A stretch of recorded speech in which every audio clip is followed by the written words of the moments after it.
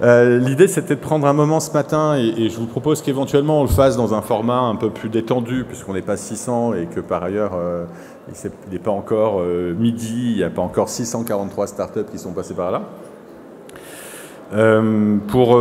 Peut-être pour partager un moment de réflexion ensemble autour du Covid. Alors je sais que ce n'est pas un bon sujet pour démarrer la journée, mais si on y réfléchit bien, il y a 5 ans et 1 jour de ça, enfin 5 ans moins 1 jour de ça, on a vu apparaître sur nos écrans de télévision le président de la République, ce qui arrive de temps à autre, mais pas très souvent quand même, pour nous annoncer ce qui n'était pas encore le confinement. Je ne sais pas si vous vous souvenez bien, il y a eu 3 vagues, il y a eu 3 phases. Il y a eu d'abord fermeture des écoles, crèches, lycées et universités. Ça, c'était le 12 mars. Et puis ensuite, quelques jours après, il y a eu la fermeture des commerces non essentiels. Et puis quelques jours après encore, il y a eu le confinement.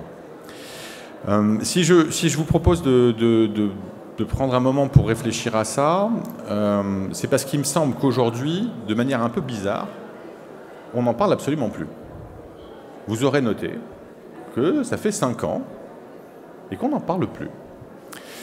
Et alors c'est d'autant plus curieux que, somme toute, c'est quand même dans la série des événements récents un de ceux qui ont eu les impacts les plus généraux et les plus profonds.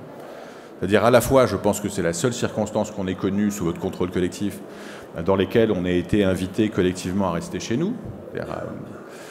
Voilà. Et 2, c'est une des très rares circonstances où l'ensemble de la société a tout d'un coup été percuté par un même événement.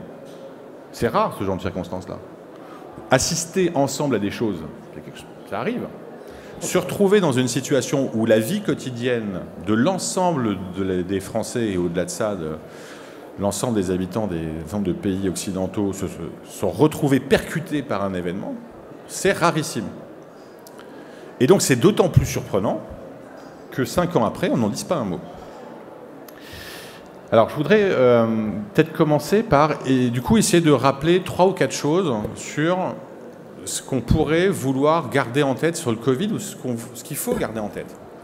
La première chose, qui est encore moins joyeuse pour une matinée de salon à 9h35, c'est peut-être juste vous redonner un chiffre, parce que je ne suis pas sûr que collectivement on l'ait en tête.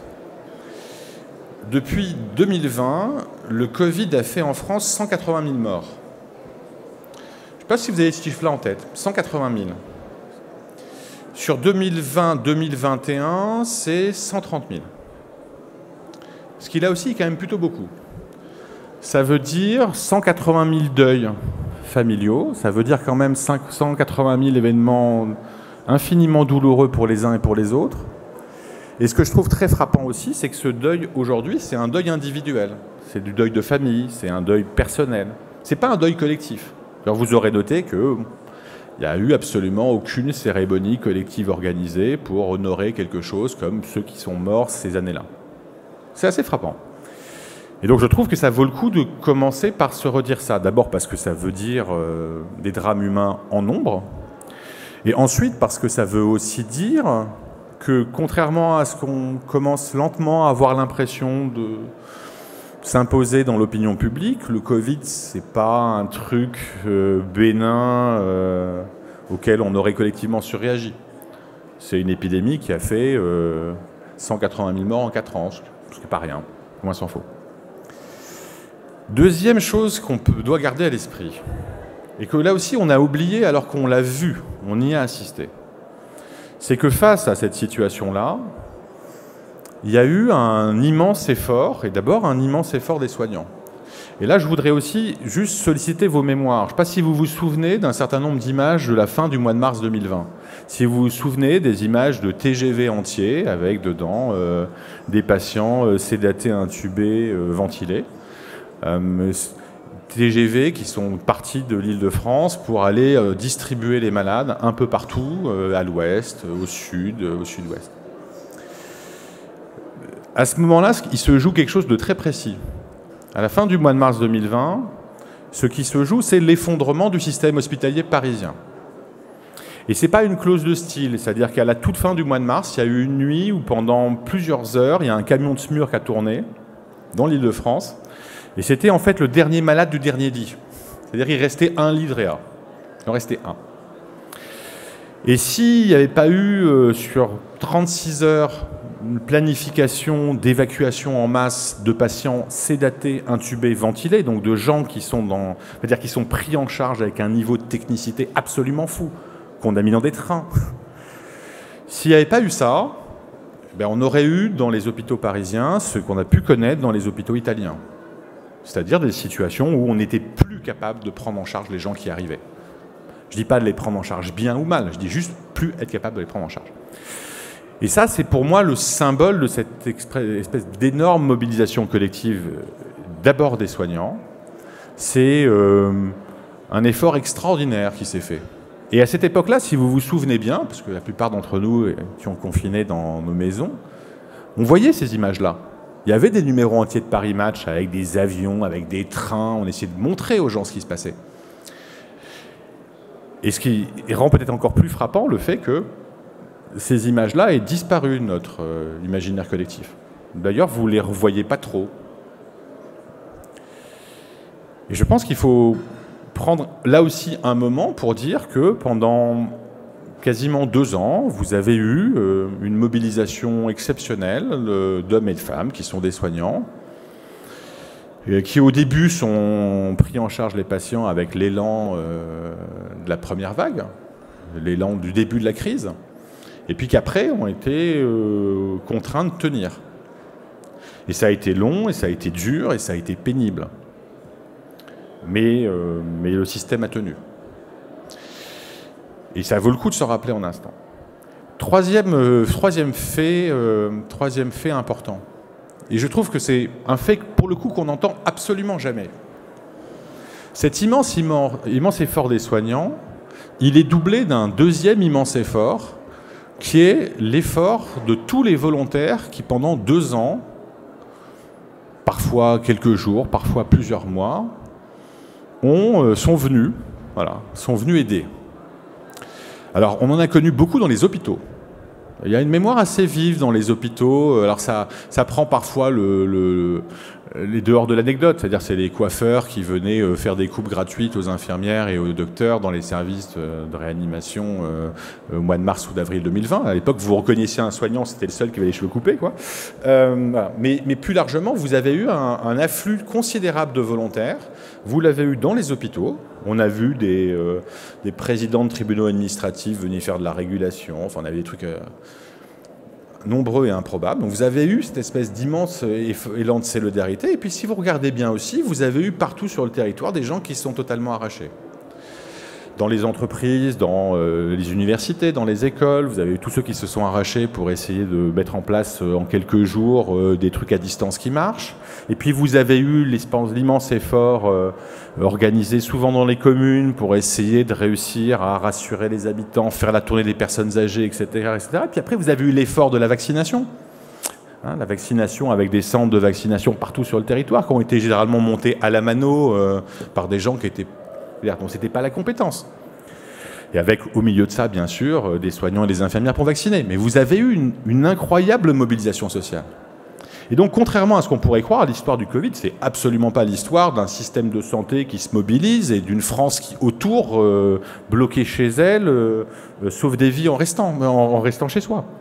C'est aussi l'histoire d'une immense mobilisation collective et d'un immense élan de solidarité. Et puis, 4e point à garder en tête, le Covid, c'est une épidémie qui a fait 180 000 morts et qui a quasiment disparu, en tout cas disparu dans ses effets létaux, 2 ans après sa survenance. Ce qui est du jamais vu dans l'histoire. Et on le doit à une chose et une seule, la vaccination. Je veux dire, on peut dire tout ce qu'on veut sur tout. On est parvenu collectivement, et je pense dans un salon comme Medintech, ça vaut le coup de le redire quand même, hein, on est parvenu à surmonter cette incroyable difficulté en moins de 2 ans.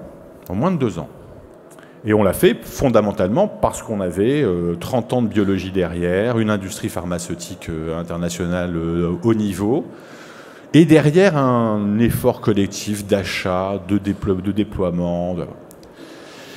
Et donc de ce point de vue-là aussi, c'est la preuve la plus nette que c'est pas totalement inutile de mettre des sous dans la science. Voilà. Mais que c'est du temps long quand même. Hein, donc hein. Et que fondamentalement, notre salut est souvent scientifique et technologique. Donc si je résume mes 4 points, 1, la gravité de l'épidémie, elle est indiscutable, 180 000 morts. 2, il y a eu une immense mobilisation des soignants. 3, de la société dans son ensemble. Et 4, on en est venu à bout collectivement grâce à notre culture de la science et de la technologie.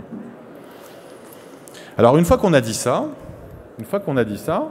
ça pose quand même une question. Et cette question, c'est la suivante, c'est au fond, pourquoi on a autant de mal à réfléchir ce qui s'est passé à cette époque-là, ou, pour le dire autrement, quelles leçons on doit en tirer. Alors moi, j'ai ma théorie là-dessus.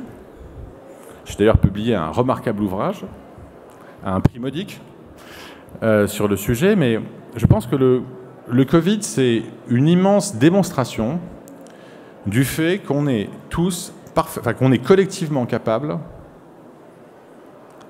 de faire beaucoup plus et beaucoup mieux que ce qu'on fait. Et c'est la démonstration du fait que, fondamentalement, si aujourd'hui on fait beaucoup moins et beaucoup moins bien que ce qu'on pourrait faire, c'est qu'on est tous englués dans un truc que, faute de mieux, j'ai essayé de qualifier de sentiment d'empêchement. Le sentiment d'empêchement, c'est le sentiment que, quoi que vous fassiez, même si vous vous battez, même si vous essayez de repousser les murs, de dépasser les frontières, d'essayer de faire plus, de faire mieux, vous vous heurterez toujours à une espèce de glu qui vous entoure, à des trucs plus grands que vous, à des trucs compliqués, à de la réglementation, à des trucs financiers, enfin à tout ce qui fait qu'à la fin des fins, les chances que vous arriviez à faire quelque chose de différent sont à peu près nulles.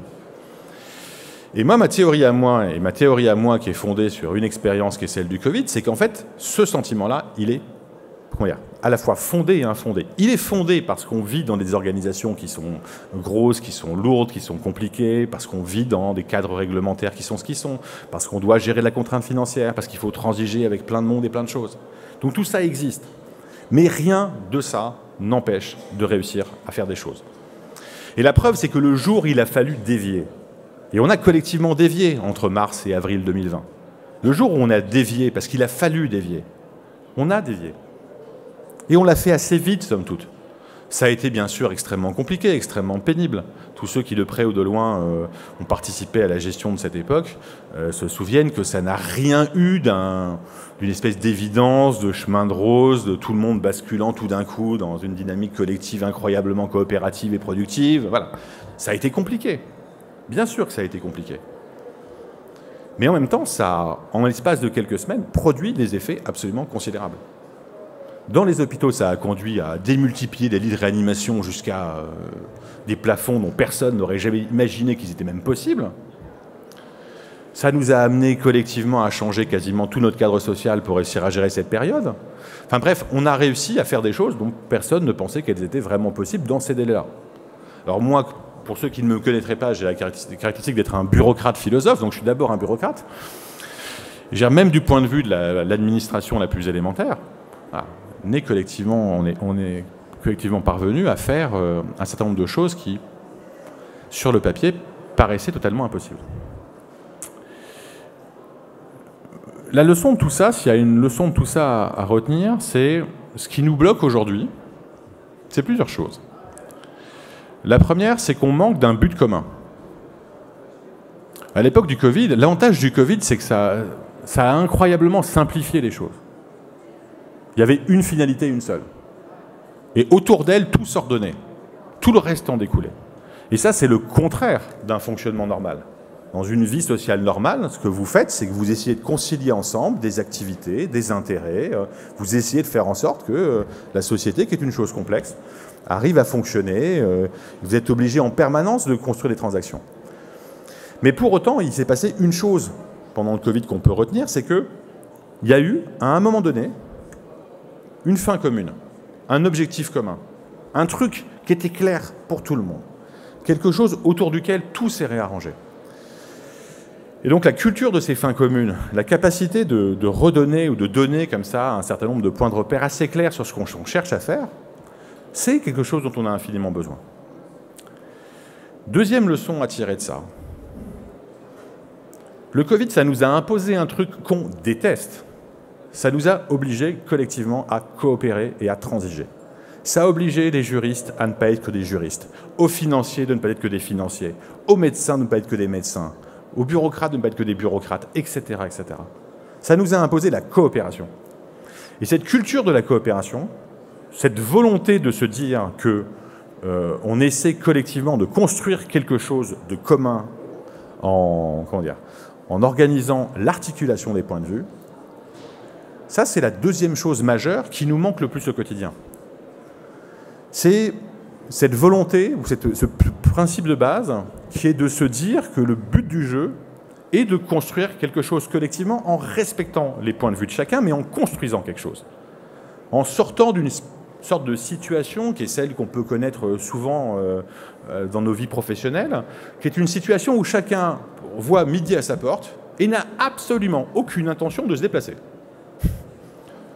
Il est chez lui, je regarde le sujet avec mon petit point de vue à moi, qui est très respectable, c'est un bout du sujet. Mais je regarde le sujet avec mon point de vue à moi, et sans jamais chercher à comprendre non seulement ce que pense mon voisin, mais comment je construis quelque chose comme une forme de point de vue commun, ou de point de vue collectif, ou de point de vue qui intègre les différents points de vue. Donc, deuxième élément, être capable de sortir de ses rails intellectuels, sortir de sa manière de voir les choses, ne pas penser que comme, je veux dire, si on prend des exemples de start-up, un CFO, un CTO, un machin, chacun dans son registre à soi, mais penser comme ça, tout en cherchant à essayer de construire quelque chose de plus large et plus collectif. Et puis, il y a un troisième élément qui est peut-être le plus important, c'est que dans le Covid, il y a un truc extrêmement puissant qui a vu le jour et qui est parfois un peu laissé de côté dans la vie quotidienne. Alors, ce n'est pas totalement vrai dans les environnements comme celui-ci, parce que c'est au fond ce qui porte, c'est le facteur commun qui porte un certain nombre des acteurs, des startups, des uns et des autres ici. Mais ce facteur commun, c'est l'envie de faire. C'est le sentiment profond que ce qui compte à la fin de la journée, c'est d'avoir fait quelque chose. Pas par opposition au fait de ne pas faire, pas par opposition au fait de contempler ou de que sais-je, mais juste simplement cette envie foncière, profonde, d'avoir fait quelque chose, d'avoir réussi à construire, à faire avancer quelque chose, à avoir donné du mouvement, à avoir déplacé un peu la ligne, à avoir poussé un peu la boule, quoi. Et ça, c'est l'affect le plus puissant, c'est le truc le plus puissant, c'est le ressort le plus profond. C'est cette envie profonde de faire, cette envie profonde de repousser un peu les frontières, de faire un peu mieux, de parvenir à bouger la ligne. Et ça, cette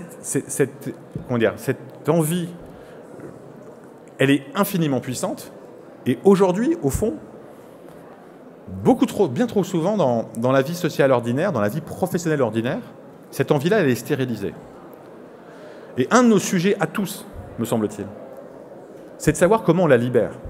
C'est de savoir comment on replace ça au centre de nos exercices professionnels, de nos vies, de ce qu'on a envie de faire collectivement. C'est-à-dire, on ne peut pas collectivement tenir dans un système ou parvenir à faire quelque chose d'un peu différent, parvenir à avoir une forme d'impact un peu différent, être au fond satisfait de soi le soir quand on rentre chez soi, où ça est l'exception.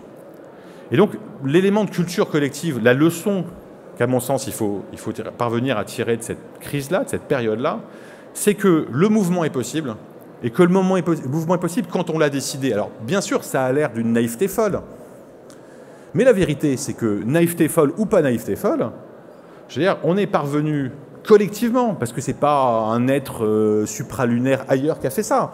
On est parvenu collectivement à multiplier les réanimations, à trouver péniblement des masques à l'autre bout du monde, à décupler l'offre de dépistage en un mois, à basculer l'ensemble du fonctionnement d'une société en télétravail en l'espace de quelques semaines. C'est-à-dire, on a su réinventer nos vies sociales. Alors, ça a été difficile, pénible, douloureux, il n'y a aucune discussion là-dessus, mais on est parvenu à faire ça parce qu'on a été obligé à le faire et on l'a fait. Et donc la seule question qui se pose, c'est est-ce qu'on a envie de continuer à... Est-ce qu'on veut continuer à pousser ce mouvement-là, à aller dans cette direction-là, ou est-ce qu'on ne le veut pas? Et comment est-ce qu'on le fait collectivement et individuellement? Et donc je voudrais juste terminer par ça, en espérant ne vous avoir pas trop épuisé à 9h30 du matin par des considérations qui ne sont pas des considérations pour se réveiller. C'est plutôt bien pour dormir, mais ce n'est pas bien pour se réveiller. Qui sont de dire, à la fin des fins, enfin moi j'ai appris une chose du Covid. J'ai appris une chose du Covid. C'est qu'il n'y a pas d'équipe B, en fait. C'est-à-dire quand vous êtes face à une espèce de crise monumentale, considérable, il n'y a personne, quelque part dans la coulisse, qui est l'équipe spécialisée en charge des crises majeures, quoi. Vous voyez, la team historique. Les gars que vous sortez quand il y a un vrai gros problème, quoi. Vous voyez, l'équipe de réserve, les Avengers, quoi. Ça n'existe pas. C'est-à-dire, le jour où il y a un problème, le jour où il y a quelque chose à faire, ben c'est bizarre, mais c'est à vous, c'est à nous tous de le faire. Il n'y a personne dans la coulisse. Il n'y a pas, voilà, il y a personne qui est là pour prendre en main la crise et construire la réaction sociale à notre place. Et donc, c'est nous tous, individuellement, qui sommes responsables de ça. Et le mouvement, c'est pas un truc qui vient du dessus, quoi. C'est pas une invocation rituelle d'une autorité politique qui vous dit « Yallah, mettons-nous en route ». Hein. Le mouvement, ça part de nous. Ça part de chacun. Et d'ailleurs, en vrai, quand on regarde bien, c'est ce qu'on peut parfois un peu constater.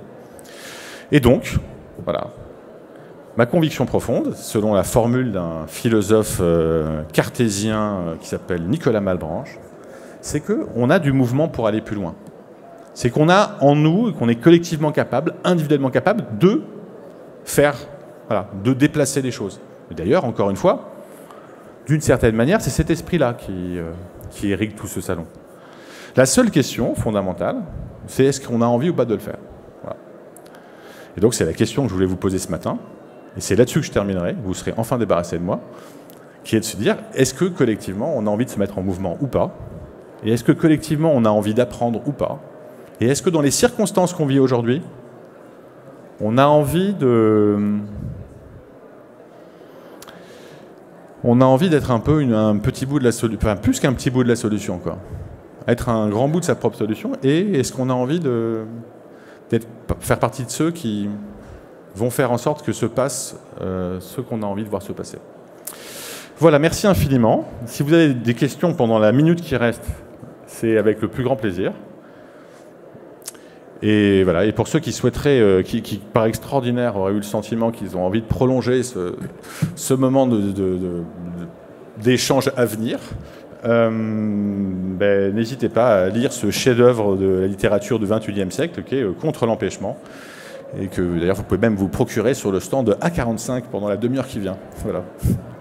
Merci à vous. Est-ce qu'il y a des questions, des commentaires, des réactions, des oppositions, des indignations, des motions, des résolutions? Oui, bonjour Nicolas. Salut. Merci pour ce bel exposé. Si je peux donner mon sentiment à deux niveaux. Moi, j'étais médecin expert pour l'Europe à Shanghai pendant la crise Covid.